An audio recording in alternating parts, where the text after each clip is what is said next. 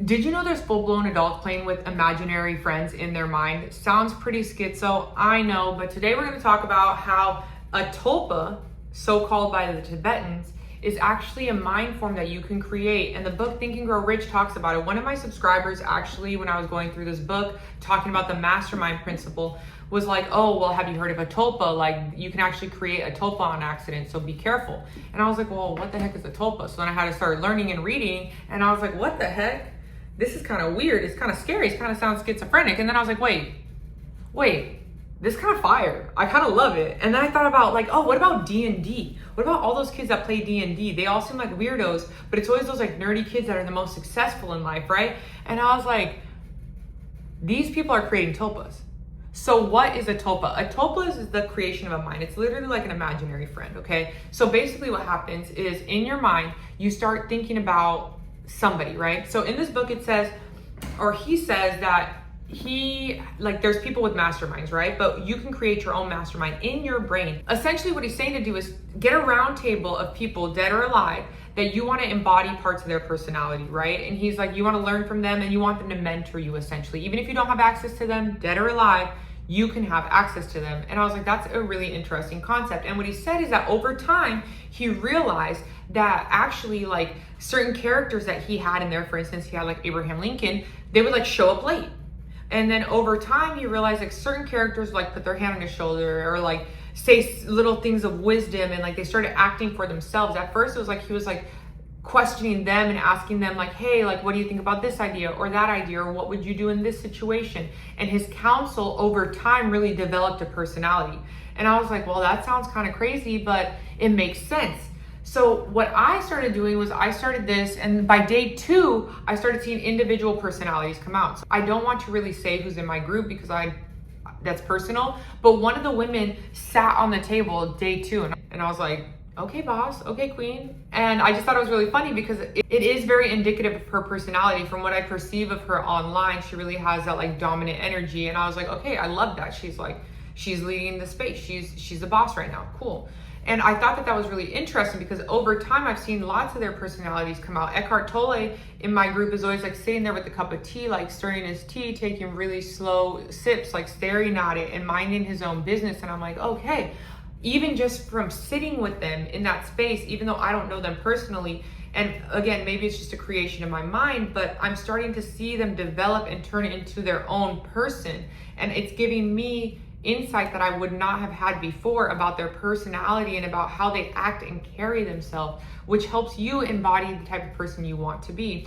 And so when this person told me like, hey, be careful, you might accidentally create a tulpa, I think that's kind of the point. I think that's what this book is getting into. I think the whole point is to create something in your mind. Again, you don't actually know this person. You're just drawing on like your spirit guides basically.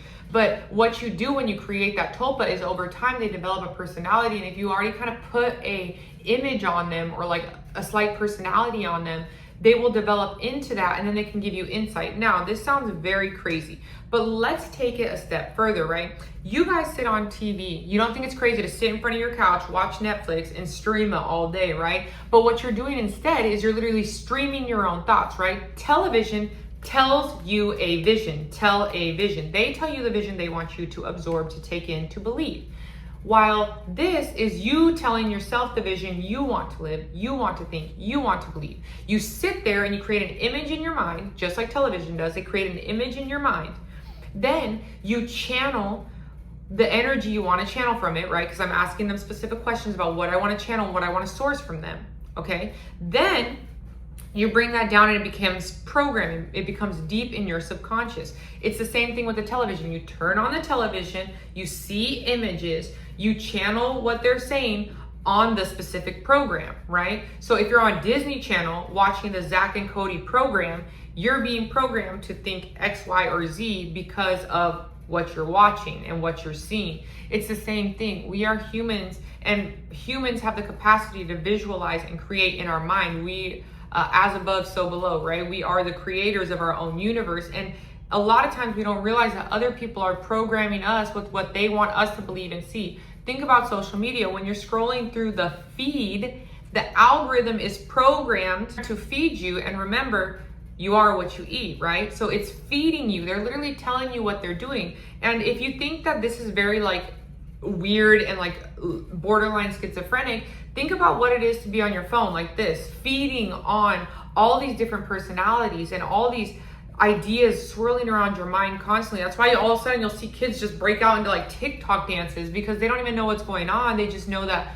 they're it's like repeating in their brain. It's creating a mitote. That's something that they talk about in the book, The Four Agreements. Mitote is a Toltec word, which is a Spanish language. And mitote essentially means that like you're in this universal fog, right? There's all these ideas coming at you through television, through media, through school, through your parents about how you should be, how you should think, who you should act like. All these ideas that keep you in a haze, in a blur, and you can't see things for what they are because you're so distracted by the dreams, by the visions, by the ideas of everyone else that you haven't had time to think about your own. But the truth is that we are dreaming.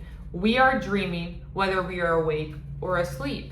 So if you want to dream your own dream, you need to sit and visualize just like they program us, just like they do to us when they have you on television, on social media, in school, in all these places that are free. Think about it. School, free. Social media, free, right? You think that's on accident? No, they're socializing you, they're programming you, they're telling you what to dream about. But when you sit down and you create your own dream and you visualize that dream and you ask questions to your counsel and you create tulpas in your own mind instead of seeing these characters in movies that are creating their own mind within yours, you get to create your own. You get to create your own characters, your own movie, your own visions. So I think that it does sound very crazy. I get it. It does sound very crazy. However, if you really break it down, it makes a lot of sense. That's exactly how we are programmed through the sources that we are on, through social media, through YouTube, through all these places.